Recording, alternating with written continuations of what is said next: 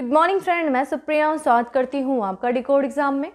Friend, आज daily current affairs की class में हम डिस्कस करेंगे 6 जनवरी से रिलेटेड जितने भी न्यूज़ हैं, जितने भी इवेंट्स हैं जो हमारे एग्जाम के लिए इंपॉर्टेंट है, हम उन्हें एक एक करके यहाँ पे डिस्कस करेंगे। तो आइए फ्रेंड स्टार्ट करते हैं आज की क्लास। और आज की क्लास स्टार्ट करने से पहले हम कल के पूछे गए प्रश्नों के उत्तर को देख लेते हैं। कल हमने आपसे प्रश्न पूछा था कि ब्रेल लिपि का आविष्कार किसने किया था। तो बहुत से लोगों ने करेक्ट आंसर किया था कि लुई ब्रेल के द्वारा ब्रेल लिपि का आविष्कार किया था। ब्रेल लिपि जो कि नेत्रहीनों की लिखने और पढ़ने की लिपि है। देखिए, ये प्रश्न एक आपके सामने है कि अंधों की लिखने की लिपि का आविष्कार किसके द्वारा किया गया था। तो लुई ब्रेल के द्वारा किया गया था। और इसके ध्यान से इनके ऑप्शंस को देखिए, कितने ऑप्शंस देखिए सिमिलर हैं। ये एक एग्जाम का आपका प्रीवियस इसका क्वेश्चन है। यहाँ पे देखिए सी ऑप्शन को देखिए, सी ब्रेल है, एलसी ब्रेल है। तो मेरा कहने का तात्पर्य ये है कि फ्रेंड थोड़ा ध्यान से चीज़ों को पढ़ा करिए। कई बार हम सिर्फ ब्रेल पढ़ के जाएंगे और हमें पूरा नाम नहीं पता होगा, तो एग्जाम में हम कंफ्यूज हो सकते हैं वहाँ के प्रश्नों के दिए हुए ऑप्शंस को देख करके। ठीक है, तो देखिए काफ़ी जो सिमिलर हमें ऑप्शंस दिख रहे हैं, इसलिए यही मेरा उद्देश्य था आपसे प्रश्न पूछने का। ब्रेल लिपि जिसका आविष्कार किया गया था 1821 में किया गया था। एक नेत्रहीन फ्रांसीसी लेखक थे ये लुई ब्रेल जो थे, और इनका जो है 4 जनवरी को लुई ब्रेल दिवस भी मनाया जाता है। ठीक है, ब्रेल लिपि के तहत आप देखेंगे जो बिंदु होते हैं उन बिंदुओं को जोड़ करके अक्षर, अंक और शब्द बनाए जाते हैं। ठीक है, तो क्या हो गया, ब्रेल लिपि का आविष्कारक लुई ब्रेल। ठीक है, फ्रांसीसी नेत्रहीन लेखक थे ये। आगे बढ़ते हैं और आज के प्रश्नों पे चलते हैं। आज का हमारा सबसे पहला प्रश्न है कि रक्षा मंत्री ने किस विश्वविद्यालय में Kalpana Chawla centre for research in space science and technology का उद्घाटन किया है। चंडीगढ़ विश्वविद्यालय, जवाहरलाल नेहरू विश्वविद्यालय, पंजाब विश्वविद्यालय या फिर अंबेडकर विश्वविद्यालय। करेक्ट आंसर इज ए है, चंडीगढ़ विश्वविद्यालय में Kalpana Chawla centre for research in space science and technology का उद्घाटन किया गया है। किसके द्वारा किया गया है, तो रक्षा मंत्री राजनाथ सिंह के द्वारा किया गया है। Kalpana Chawla centre for research in space sciences and technology का उद्घाटन कहाँ पे, चंडीगढ़ विश्वविद्यालय में। ये देखिए ये उद्घाटन समारोह है, यहाँ पे उद्घाटन किया जा रहा है रक्षा मंत्री राजनाथ सिंह के द्वारा। और यहाँ पे बात करें, ये जो सेंटर होगा जो कि स्थापित किया गया है चंडीगढ़ विश्वविद्यालय में, ये देखा जाए तो अंतरिक्ष विज्ञान और उपग्रह विकास में जो है जो छात्र होंगे उनको प्रशिक्षण देगा। और इसी के साथ साथ अंतरिक्ष अनुसंधान में भविष्य की चुनौतियों का सामना करने के उद्देश्य से स्थापित अत्याधुनिक Kalpana Chawla centre for research in space science and technology Chandigarh विश्वविद्यालय के छात्र उपग्रह के लिए ग्राउंड कंट्रोल स्टेशन भी होगा। ठीक है, तो यहाँ पे एक वहाँ के छात्रों के द्वारा एक छात्र उपग्रह बनाया गया, स्टूडेंट सैटेलाइट। उस स्टूडेंट सैटेलाइट के लिए ये जो विश्वविद्यालय होगा चंडीगढ़ विश्वविद्यालय, वो उनके ग्राउंड कंट्रोल स्टेशन होगा। जैसा कि इस बार 75वीं स्वतंत्रता गणतंत्र दिवस 2022 में आयोजित किया जाएगा, और इस स्वतंत्रता दिवस के पूर्व संध्या पे जो है 75 जो है छात्रों के द्वारा निर्मित उपग्रहों को लॉन्च किया जाएगा। और इसमें एक आपका स्टूडेंट सैटेलाइट यानी कि छात्र उपग्रह भी होगा। ठीक है, तो इससे ये बहुत इंपॉर्टेंट हो जाता है। इसी के साथ साथ देखा जाए चंडीगढ़ जो विश्वविद्यालय है वो भारतीय प्रौद्योगिकी संस्थान कानपुर, आईआईटी बॉम्बे जैसे 13 संस्थानों की सूची में शामिल हो गया है।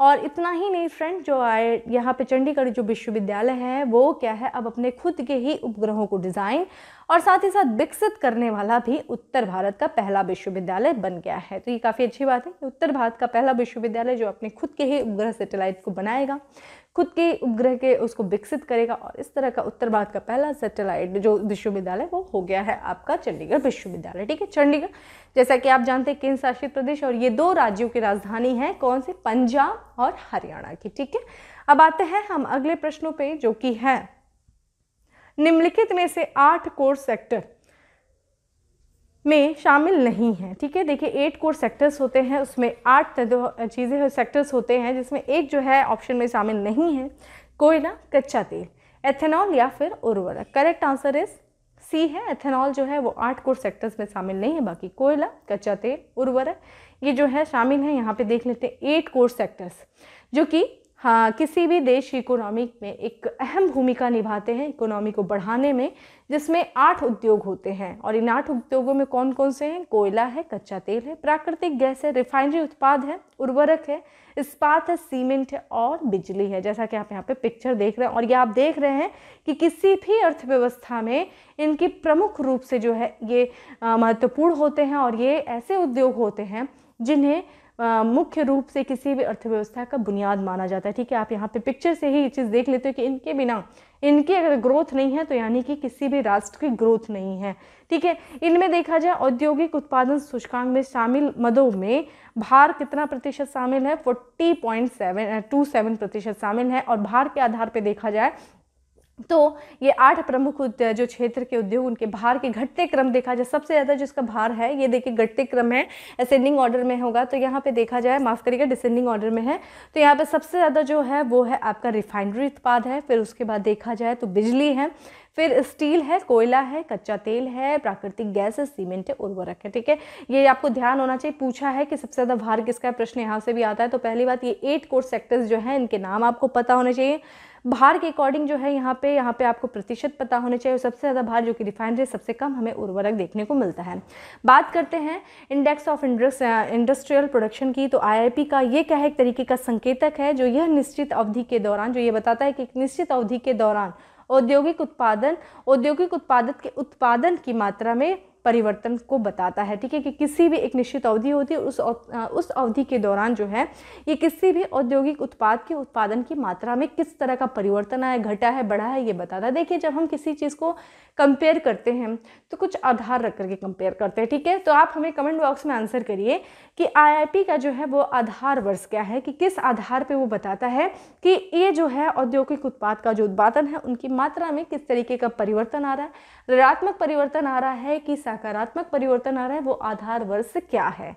ठीक है, ये देखा जाए प्रकाशित जो किया जाता है वो केंद्रीय सांख्यिकी संगठन, सांख्यिकी और कार्यक्रम कार्यान्वयन मंत्रालय के द्वारा मासिक रूप से जो है इसको संकलित किया जाता है, इसको प्रकाशित किया जाता है। ध्यान रखिएगा, मासिक रूप से। ठीक है, 8 कोर इंडस्ट्री की बात करें तो देखिए अभी जो बीता है नवंबर, उसमें जो है 8 महीने में जो इसमें सबसे धीमी गति की दर जो है वो बताई गई है, कितनी थी, 3.1% की दर से ये 8 कोर सेक्टर्स बढ़े हैं। और ये क्या इंडिकेट कर रहे हैं कि हमारे देश की, यानी कि भारतीय अर्थव्यवस्था की धीमी विकास दर को संकेतित कर रहे हैं। ठीक है, तो जैसा कि अगर जिस हमने बताया ना कि ये किसी भी ये किसी भी अर्थव्यवस्था की बुनियाद होते हैं। डैट मीन्स कि अगर ये जितना ग्रोथ करेंगे उतने ही देश की अर्थव्यवस्था जो है उसका विकास होगा।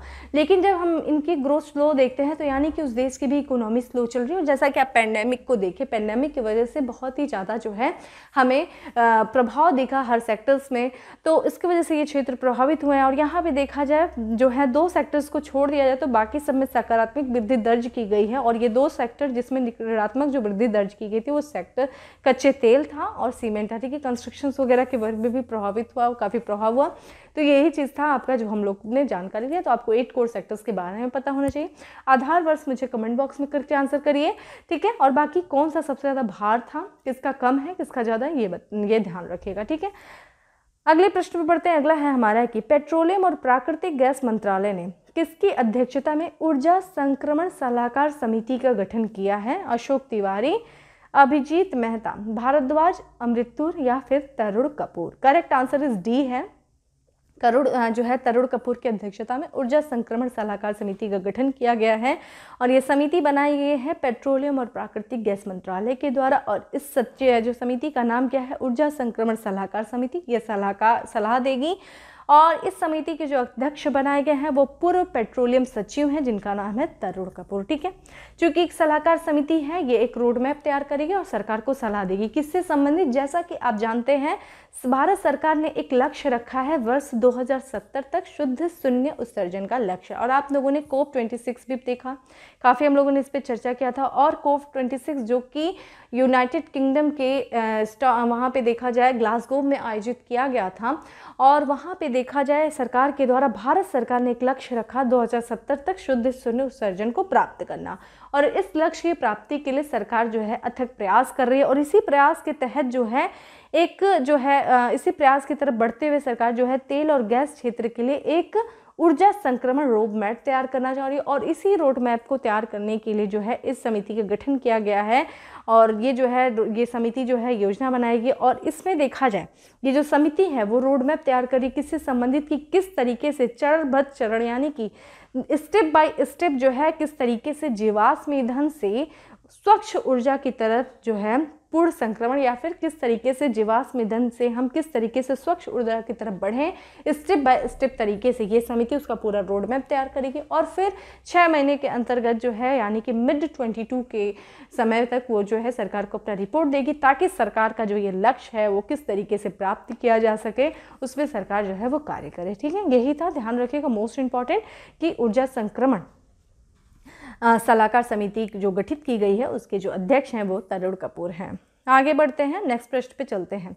हाल ही में चर्चा में रही रानी वेल्लू नाचियार किस राज्य में शिवगंगा रियासत की रानी थी? Karnataka, Tamil Nadu, Telangana, Andhra Pradesh. Correct answer is B है, तमिलनाडु राज्य की ये शिवगंगा रियासत की रानी थी, रानी वेल्लू नाचियार, जैसा कि आप यहाँ पे देख रहे हैं। और हाल ही में प्रधानमंत्री जी ने इनकी जयंती पे इनको याद किया, इनके बारे में बोला, जिसके कारण से ये काफ़ी चर्चा में है। तो आइए देख लेते हैं। तो ये देखा जाए रानी वेल्लू नाचियार, जिनका जन्म देख लीजिए 7 जनवरी 733 से 25 दिसंबर 1796 के बीच में हुआ था। और ये देखा जाए शिवगंगा रियासत की रानी थी, जो कि तमिलनाडु में है, कब 1780 से लेकर के 90 के बीच में। इनके बारे में कहा जाता है कि इन्होंने जो है वेल्लू नाचियार जो है ये पहली शासिका थी जिन्होंने अंग्रेजों के विरुद्ध जो है वो युद्ध की घोषणा किया था और अपनी स्वतंत्रता को बचाने में सफल रही थी। तो इसके देखा जाए इन्होंने जो है उपनिवेशिक शक्ति के खिलाफ इन्होंने मोर्चा लिया, और जिस कारण से मोर्चा लेने वाली की पहली वीरांगना जो है ये थी, और इनको जो है तमिलनाडु में वीरमगई के नाम से भी जाना जाता है। ठीक है, तो ध्यान रखिएगा कि अंग्रेजी उपनिवेशिक शक्ति के खिलाफ लड़ने वाली पहली वीरांगना कौन थी? रानी वेल्लू नाचियार। कहाँ की रियासत की ये रानी थी? तो तमिलनाडु के शिवगंगा रियासत की ये रानी थी। और हाल ही में प्रधानमंत्री नरेंद्र मोदी जी ने इनकी जयंती जो कि 3 जनवरी को मनाई गई, इनको याद किया, इनके बारे में शब्द बोले। ठीक है, वीर रानी वेल्लू नाचियार। ठीक है, आप यहाँ पे देख सकते हैं। तो ये था, बहुत इंपॉर्टेंट है, स्टैटिक्स पोर्शन भी साथ में ध्यान में पढ़ते हुए चलिए। और जैसा कि आपके एग्जाम की नोटिफिकेशन भी आ गई, बहुत से लोग इस बार अपियर होंगे लेखपाल के एग्जाम के लिए भी। तो अपने जो स्टैटिक्स है, हिस्ट्री है, ज्योग्राफी है, पॉलिटी है, इकोनॉमी, इनसे पोर्शन सारे अपने स्ट्रॉन्ग रखिए, रिविजन साथ में साथ करते रहिए, करंट अफेयर्स भी पढ़ते रहिए। और बाकी हम लोग जल्दी ही अपनी लेखपाल की नई बैच के साथ आप लोग के सामने आएंगे। उसमें हम बहुत सारी चीज़ों को इसी तरीके से रिलेट करके डिस्कस करेंगे। ठीक है, डायरेक्ट नहीं, चीज़ों को रिलेट करके पढ़ने की आदत बनाइए। ठीक है, अब आगे बढ़ते हैं और नेक्स्ट प्रश्न पे चलते हैं कि भारत का कौन सा पड़ोसी देश वित्तीय संकट के कारण 2022 तक दिवालिया होने की कगार पे है? पाकिस्तान, श्रीलंका, म्यांमार या फिर Nepal? Correct answer is B है, श्रीलंका जो है माना जा रहा है कि 2022 तक दिवालिया हो जाएगा। और जैसा कि हम लोगों ने अभी लास्ट ईयर इनके बारे में पढ़ा भी था कि श्रीलंका में खाद्य आपातकाल भी लगा था, तो वहाँ पे काफ़ी स्थिति जो है गंभीर है। जैसा कि आप जानते हैं श्रीलंका जो है एक पर्यटक आधारित अर्थव्यवस्था है, और कोविड के कारण इनका जो पर्यटन क्षेत्र है वो काफ़ी ज़्यादा प्रभावित हुआ है। ठीक है, तो इनके देश की जो सोर्स ऑफ इनकम थी वो बंद हो गई। लेकिन जैसा कि आप जानते हैं श्रीलंका ने कई देशों से क्या है कर्ज ले रखा है, और खास करके चीन से, और कई संस्थाओं से कर्ज लेकर रखा है। और उस कर्ज की अदायगी के लिए इनको क्या करना पड़ता है, जो ऋण लिए हैं उस ऋण की वजह से इनके देश पे जो है वो मुद्रा भंडार जो है वो सबसे निचले स्तर पे चला गया है। ठीक है, कर्ज लिए हैं, इनकम हो नहीं रही है, आउटफ्लो बना हुआ है। तो देखिए देश की अर्थव्यवस्था कुछ इस तरीके से हमें दिखती हुई नजर आ रही है। ठीक है, तो यहाँ पे देखा जाए श्रीलंका में एक गहरे वित्तीय और मानवीय संकट का सामना श्रीलंका इस समय कर रहा है। कारण क्या है? वहाँ पे महंगाई जो है वो रिकॉर्ड स्तर पे है। कीमतें हैं, वस्तुओं की जो कीमतें हैं, खाद्य पदार्थों की जो कीमतें हैं वो आसमान छू रही, यानी कि बहुत ज़्यादा महंगी हो गई हैं, जिसके वजह से वहाँ के खजाने जो हैं समाप्त हो रहे हैं। दिसंबर की बात करें तो यहाँ की खाद्य महंगाई दर थी वो 17.5% से बढ़ करके 21.1% हो गई है। और जिस कारण से आशंका जताई जा रही है कि वर्ष 2022 में श्रीलंका दिवालिया हो सकता है। ठीक है, तो जैसा कि आप जानते हैं जब आप कर्ज ले रहेंगे तो यहाँ पे हमें मानवीय संकट भी देखने को मिल रहा है। कारण ये है कि श्रीलंका ने अपनी अर्थव्यवस्था को चलाने के लिए बहुत बड़े पैमाने पे नोटों की छपाई भी किया, जिसकी वजह से वहाँ पे मार्केट में पैसे का फ्लो क्या हो गया, बढ़ गया। अगर आप लोगों ने इनकम इकोनॉमी पढ़ी होगी, इन्फ्लेशन के बारे में पढ़ा होगा, तो मार्केट में जब बहुत ज़्यादा पैसे का फ्लो बढ़ जाता है तो वहाँ पे क्या है, ये महंगाई को ट्रिगर करता है। ठीक है, यानी कि हम वस्तु को खरीदने के लिए ज़्यादा से ज़्यादा पैसे देना पड़ता है। ठीक है, तो वहाँ पे क्या हुआ, चूँकि यहाँ के खजाने, बैंकों के खजाने ख़त्म हो चुके हैं, ऋण जो है इतना ज़्यादा लिया हुआ है उसकी अदायगी करने के लिए इनके पैसे ख़त्म हो चुके हैं, बैंकरप्टेसी हो चुका है। ठीक है सर, यहाँ की सरकार कुछ दिनों बोली दी है, मतलब बोली दी है कि अब मैं जो जिन देशों से, जिन संस्थाओं से ऋण लिया हूँ मैं उनको नहीं चुका पाऊंगा। ठीक है, पूरे बैंकरप्ट हो चुके हैं ये। ठीक है, तो ये चीज़ें बात की गई हैं। तो वहाँ पे जिसकी वजह से वस्तुओं की कीमतें बहुत ज़्यादा बढ़ गई हैं, मार्केट में पैसे का फ्लो बढ़ गया था। और वहाँ पे देखें तो वहाँ पे बेरोजगारी भी काफ़ी ज़्यादा चल रही है। वहाँ पे लोगों के द्वारा जो दूध और जो ब्रेड तक लेने के लिए काफ़ी ज़्यादा उनको मशक्क़त करनी पड़ रही है, जिसकी वजह से एक मानवीय संकट हमें देखने को मिल रहा है। और माना ऐसा जा रहा है, ये जो बात की गई है, ये जो जानकारी दी गई है, एक रिपोर्ट है द गार्जियन की रिपोर्ट।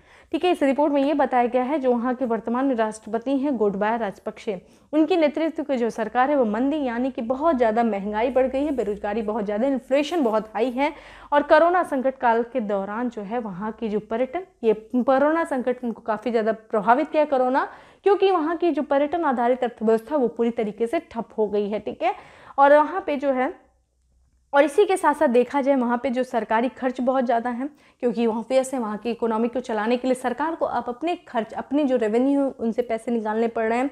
और साथ ही साथ जो है कर की कटौती, जो देश के द्वारा जो है इतने ज़्यादा कर लिए गए हैं, उन सब की कटौती की वजह से वहाँ के राजस्व में कमी आ रही है और यहाँ पे विशाल ऋण चुकौती एक जटिल समस्या बन गई। ये सब बातें की गई इस रिपोर्ट में बताई गई और आप इसको समझ भी रहे होंगे। जो लोग इकोनॉमी को अच्छे से समझ रहे होंगे, एक बार आराम से बाजार में, कहते हैं ना, बाजार की अर्थव्यवस्था को समझना बहुत ईजी है। यहाँ पे आपके माइंड में एक मैप चलना चाहिए कि किस तरीके से श्रीलंका जो है इस समय फाइट कर रहा है। ठीक है, और यहाँ पे जैसा कि आप जान रहे हैं श्रीलंका के बारे में हम लोगों ने काफ़ी ऑलरेडी भी पढ़ा हुआ है। श्रीलंका जिसकी राजधानी फ्रेंड क्या है, यहाँ पे देखिए श्रीलंका का एक मैप दिया हुआ है, जहाँ पे इसके पश्चिम की तरफ इसकी राजधानी जिसका नाम है श्री जयवर्धने पूराकोट, पहले इसकी राजधानी थी कोलंबो। यहाँ की जो करेंसी है, ध्यान रखिएगा, श्रीलंकाई रुपया है। और यहाँ के जो प्रधानमंत्री हैं वो महिंद्रा राजपक्षे हैं और प्रेसिडेंट हैं गोटबाया राजपक्षे। यहाँ पे देखिए, अगर ध्यान से देखिए तो दक्षिण पूर्व में एक आपको बंदरगाह दिखेगा, हम्बनटोटा।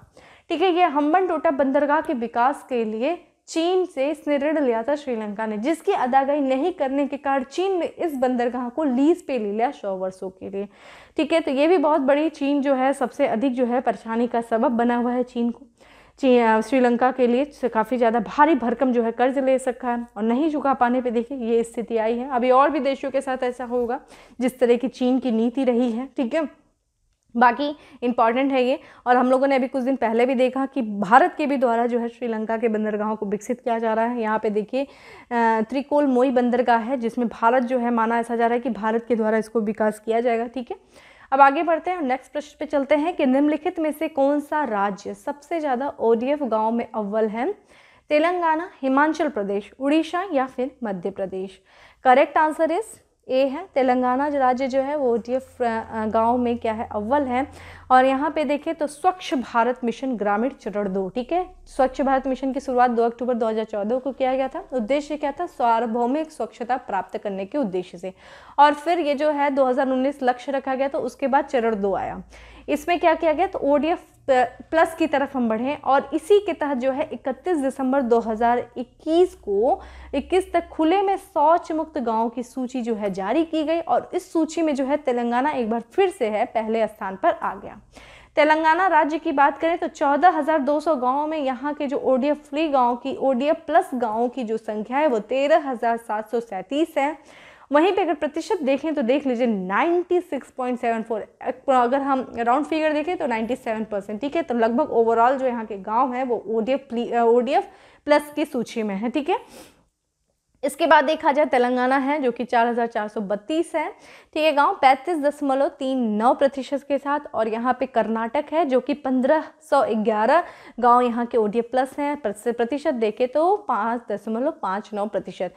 राजस्थान, यहाँ पे देखिए गुजरात का दिया हुआ है, गुजरात जो कि 17वें स्थान पे, मात्र 83 गांव जो है ये प्लस हैं। यहाँ पे परसेंट देखें तो 0.54%, ठीक है। तो काफ़ी यहाँ पे देखा जाए बहुत कुछ करना है, करना यहाँ पे देखा जाए किसको, गुजरात को, ठीक है। और यहाँ पे चूंकि तेलंगाना की बात कर रहे हैं, तो तेलंगाना जिसका गठन कब हुआ था, 2 जून को हुआ था, 2014 को किया गया था। और यहाँ की राजधानी फ्रेंड हैदराबाद है। और यहाँ के जो मुख्यमंत्री हैं वो के चंद्रशेखर राव हैं। और यहाँ की जो गवर्नर हैं उनका नाम है तमिलिसई सौंदरराजन। चूँकि यहाँ पे द्विसदन है, द्विसदनीय यहाँ पे व्यवस्था है, विधान परिषद भी है, विधानसभा भी है। और वहीं अगर हम लोकसभा की बात करें और राज्यसभा सीटों की बात करें तो लोकसभा की 17 सीटें हैं और राज्यसभा में 7 सीटें, ठीक है। तो ये तेलंगाना है। आगे बढ़ते हैं, नेक्स्ट प्रश्न पे चलते हैं कि निम्नलिखित में से किस राज्य या केंद्र शासित प्रदेश में बौद्धों का पारंपरिक नया साल लोसार महोत्सव मनाया गया, ठीक है। लोसार महोत्सव ये बौद्ध जो हैं इनको नए साल के रूप में मनाते हैं। और ये कहाँ पे मनाया गया है, अभी हाल ही में मिजोरम, सिक्किम, लद्दाख या फिर Arunachal Pradesh. Correct answer C है, लद्दाख में मनाया गया है। बौद्धों का पारंपरिक नया साल लोसार महोत्सव का आयोजन किया गया है। और यहाँ पे देखा जाए लद्दाख में लोसार महोत्सव जो कि तिब्बती बौद्ध धर्म के पारंपरिक कार्यक्रम के नए साल की शुरुआत में मनाया जाता है लद्दाख में लोसार महोत्सव। और यह लद्दाख क्षेत्र में बौद्ध समुदायों के द्वारा मनाया जाता है, ठीक है। वहाँ पे बौद्ध कम्युनिटी बहुत ज़्यादा है। और यहाँ पे देखा जाए लोसार जो है वो एक तिब्बती कैलेंडर है, जिसका तिब्बती चंद्र कैलेंडर की शुरुआत से 15 दिनों का त्यौहार है। और यह तिब्बती कैलेंडर में 11 महीने के पहले दिन को चिन्हित करता है, ठीक है। लोसार की अगर हम तिब्बती शब्द, चूँकि तिब्बती शब्द है लोसार और इसका अर्थ क्या होता है, नया साल। और लद्दाख के अन्य अगर हम त्योहारों के बारे में बात करें, जो लोकप्रिय त्यौहार हैं लद्दाख में जो मनाए जाते हैं, वो फ्यांग तेसडूप त्यौहार है, महोत्सव है। दूसरा देखा जाए महोत्सव जो है वो दोस्मोच महोत्सव है। और तीसरा हमिंगिस महोत्सव। ये सब ध्यान रखिएगा, पूछ सकता है आपके स्टैटिक्स पोर्शन से संबंधित लद्दाख के महोत्सव जो है उत्सव के नाम दे देगा, मैच द फॉलोइंग कर देगा। और यहाँ पे देखते हैं मठ कौन कौन से हैं। देखिए लद्दाख को देखो क्या कहा जाता है, पासों की भूमि यानी कि ला पास दखमानी की भूमि के रूप में जाना जाता है। यहाँ पे देखिए मठ कौन कौन से, हेमिस है, यहाँ पे देखिए हेमिस नेशनल पार्क भी है, ठीक है। और यहाँ पे देखा जाए थिक्से भी है, लामा यूरो मठ भी है।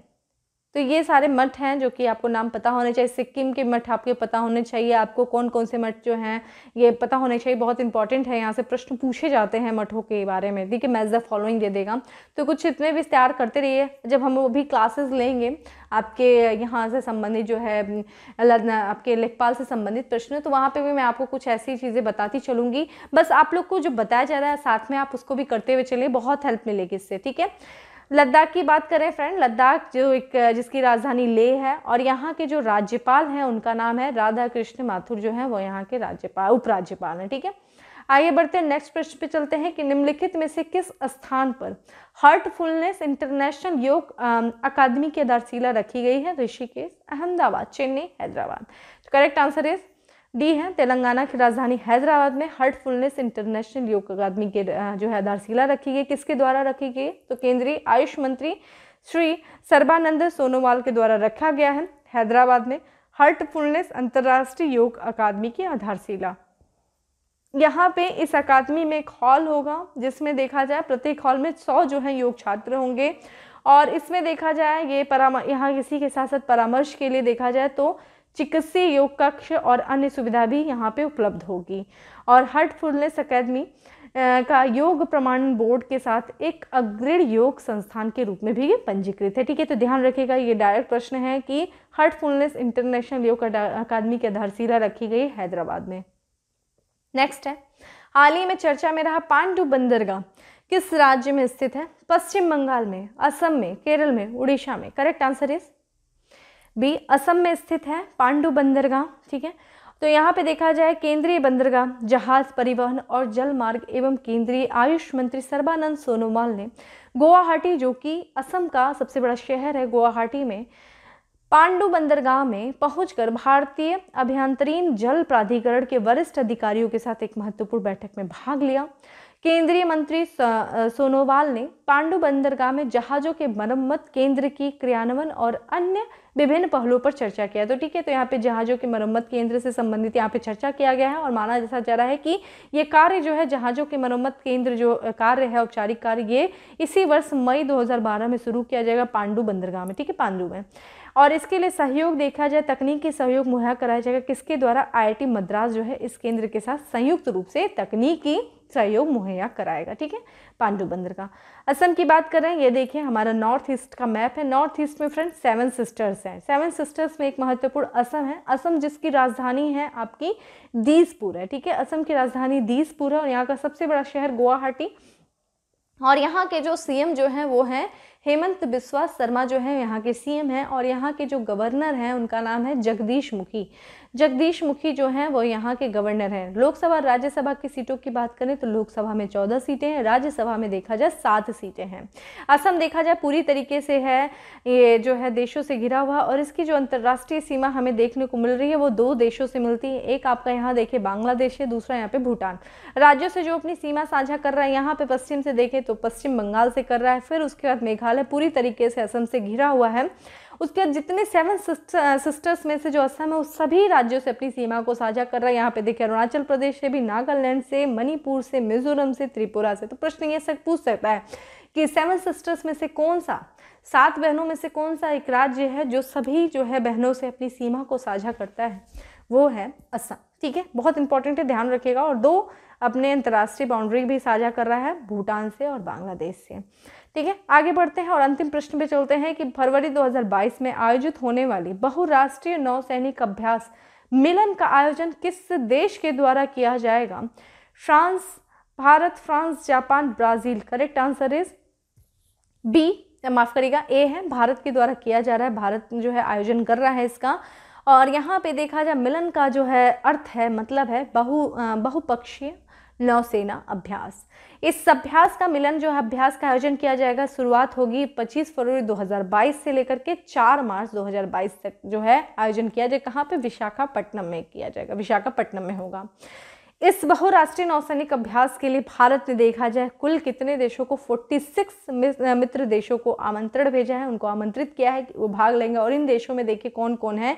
रूस है, अमेरिका है, ब्रिटेन है, Australia, Israel, Iran, France, Japan, दक्षिण कोरिया, वियतनाम, बांग्लादेश, ब्राज़ील, संयुक्त अरब अमीरात और अन्य भी देश शामिल हैं। मिलन का संस्कार, इस बार का जो संस्करण है उसका विषय देखिए क्या है? सौहार्द, सामंजस्य और सहयोग है। और ये एक द्विवार्षिक जो है अभ्यास है, यानी कि 2 वर्षों पे किया जाता है इसका आयोजन। और इसका जो प्रथम जो है अभ्यास इसका शुरुआत किया गया था 1995 में किया गया था। तो ये था हमारा आज का 10 MCQ। अब हम आते हैं अपने फैक्ट्स ऑफ द डे पे। फैक्ट्स ऑफ द डे में सबसे पहला फैक्ट है कि जल शक्ति मंत्रालय के अपर सचिव जिन्होंने स्वच्छ गंगा के लिए राष्ट्रीय मिशन के नए महानिदेशक के रूप में पदभार ग्रहण किया है, उनका नाम है जी अशोक कुमार। नेक्स्ट है ऊर्जा प्रमुख तेल और प्राकृतिक गैस निगम यानी कि ONGC ने अपनी पहली महिला अध्यक्ष एवं प्रबंधक निदेशक के रूप में नियुक्त किया है। किसे? अलका मित्तल को किया है। $3 ट्रिलियन मार्केट वैल्यू वाली पहली कंपनी बन गई कौन सी? एप्पल, ठीक है, एप्पल जो है वो $3 ट्रिलियन मार्केट वैल्यू वाली पहली कंपनी बन गई है। नेक्स्ट है विस्तारा एयरलाइन के नए मुख्य कार्यपालक अधिकारी बने हैं जिनका नाम है विनोद कन्नन। नई दिल्ली में आयोजित किया गया था 46वां GST, ठीक है, गुड्स एंड सर्विस टैक्स परिषद की बैठक। और इस बैठक की अध्यक्षता की गई है वित्त मंत्री निर्मला सीतारमन के द्वारा की गई है, ठीक है, नई दिल्ली में आयोजित था। पाकिस्तान के एक ऑलराउंडर खिलाड़ी हैं जिन्होंने खेल के सभी प्रारूप से संन्यास लेने की घोषणा की है, इनका नाम है मोहम्मद हफीज़, ठीक। नेक्स्ट है 1971 के युद्ध में शामिल नौसेना के तत्कालीन वाइस एडमिरल का देखिए 100 वर्ष के रूप में 100 वर्ष की उम्र में निधन हो गया है और इनका नाम था SH शर्मा, ठीक है। अगला है हमारा कि इंदौर के NSB national crime record bureau के जोनल निदेशक ब्रिजेंद्र चौधरी को अतिरिक्त प्रभार दिया गया है। कहाँ का? मुंबई का, ठीक है, मुंबई शहर का। पाकिस्तान क्रिकेट टीम के अंतरिम कोच जिन्होंने अपने पद से इस्तीफा दे दिया, उनका नाम क्या है? सकलेन मुश्ताक। केरल का विश्वविद्यालय है जिसे नस्ल संरक्षण के लिए राष्ट्रीय पुरस्कार दिया गया है उस विश्वविद्यालय का नाम क्या है? पशु चिकित्सा एवं पशु विज्ञान विश्वविद्यालय केरल। ठीक है, ध्यान रखिएगा।